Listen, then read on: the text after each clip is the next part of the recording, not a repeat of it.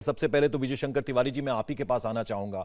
जो कुछ राजा सिंह ने कहा, आज असदुद्दीन ओवैसी बहुत उन्होंने उसके बाद बयान दिया। उन्होंने साफ साफ ये कह दिया है कि नूपुर शर्मा के बयान के बाद भी बीजेपी ने सबक नहीं सीखा है। देखो, जो ओवैसी साहब हैं उन्होंने क्या कहा, क्या कहते रहते हैं, ये हम सबके ध्यान में। लेकिन एक बड़ा महत्वपूर्ण विषय मैं आपके सामने रख रहा हूँ कि मुनव्वर फारूकी जो हैदराबाद में जा कर के एक शो करते हैं और वो हिंदू देवी देवताओं को का बार बार मजाक उड़ाते हैं, और इस नाते कई प्रांतों में इनके कार्यक्रमों का बहिष्कार किया गया है, उनको वहाँ से बंद कराया गया है कि यहाँ नहीं बोलेंगे।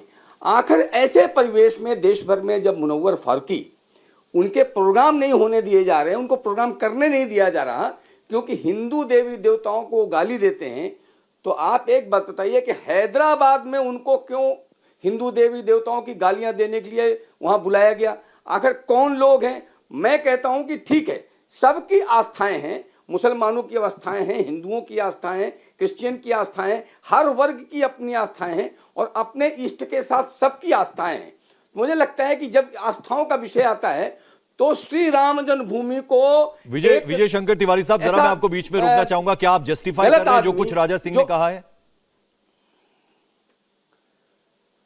मैंने एक बात कही है कि किसी भी आस्था पर कोई प्रश्न नहीं उठाए, किसी की आस्था पर कोई प्रश्न उठाए, और अगर उठाता है तो सबको एक समान दंडित करने की मांग उठनी चाहिए। जो राजा सिंह को मांग कर रहे हैं उन्हें ओवैसी साहब की मांग करनी चाहिए, क्योंकि उन्होंने राम जन्मभूमि को बाबर के साथ जोड़ा। बाबर लुटेरा था, आतंकी था, भारत में बाहर से आया था। भगवान राम इस देश के आराध्य हैं, वो इस देश के पूज्य हैं। उनके जन्म स्थान को जब आप एक लुटेरे के साथ जोड़ेंगे तो भगवान राम का अपमान नहीं होता है। तो मुझे लगता है ओवैसी साहब भी इसके चपेटे में आएंगे।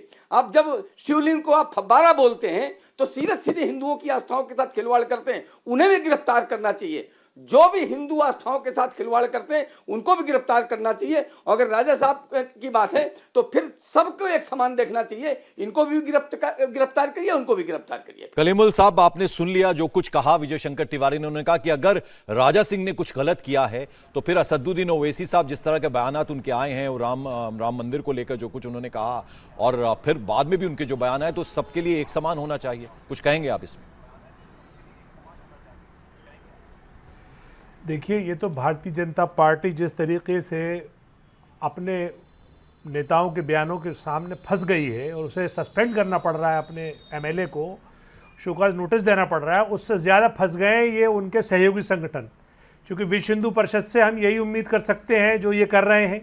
इन्होंने हमेशा संविधान के खिलाफ चलने वाले लोगों को सपोर्ट किया है, चाहे वो उदयपुर का राजस्थान का हाईकोर्ट को हाईजैक करना हो या कोई दूसरा और मामला हो। लेकिन सवाल अब मैं मुद्दे पे ही आता हूं। जो नहीं, मुद्दे पे आप आए उससे पहले मैं जरा आपको याद दिला दूं, आज हमने तमाम बयान सुने हैं असदुद्दीन साहब के, आपके नेता के। एक मिनट कलीमुल साहब, हमने आज आपके नेता के तमाम बयान सुने। मुनव्वर फारूकी पर कुछ भी कहने से बचते आए हैं। उनका शो हैदराबाद में हुआ, होना चाहिए था या नहीं होना चाहिए था? जरा इस पे भी जवाब दे दीजिए। नहीं, आप मुझे बताइए, मुनव्वर फारूकी ने जो कुछ किया, वो भारतीय जनता पार्टी का जो शासित राज्य मध्य प्रदेश, उसने उन पे केस किया, उनको सजा हुई या जो भी बेल पर बाहर हैं, अंदर गए थे, सजा तो अभी नहीं हुई, सिर्फ बेल पर बाहर हैं। दूसरी बात, भारतीय जनता पार्टी की जो चहेती हैं कंगना रनौत, उनका शो है लॉकअप, उसमें 2 महीने तक वो टीवी ने उनका महिमा मंडन किया। तब ये टी राजा सिंह और विश्व हिंदू परिषद कहां थे? उन्होंने क्यों उनका बहिष्कार नहीं किया? जो बाकायदा उनको सेलिब्रिटी बनाकर उनको विनर घोषित करके उनको ट्रॉफी दी गई। अब आ जाइए कि मुनव्वर फारूकी का जो प्रोग्राम हुआ वो संविधान के तहत हुआ, किसी को भी आजादी है कि कहीं पे भी प्रोग्राम करे।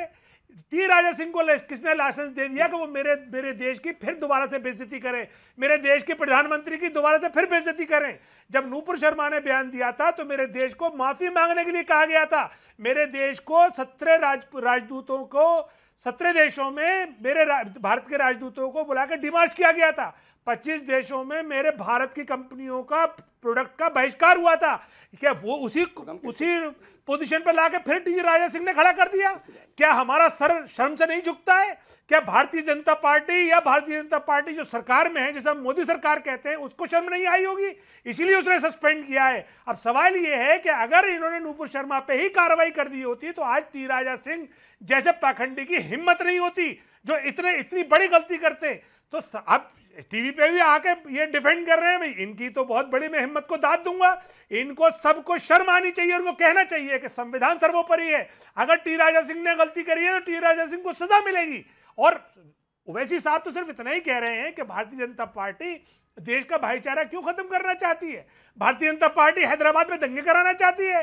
भारतीय जनता पार्टी को ये बात मालूम है। ठीक है सर, ये बात जो असदुद्दीन ओवैसी ने कही हमने सुनी है। सबसे ज्यादा एमएनसीज वहां काम करती है, तो वहां पे अमन है। इंडिया टीवी हर वक्त हर जगह डाउनलोड करने के लिए सर्च करें India TV news Google play store या ऐप स्टोर पर।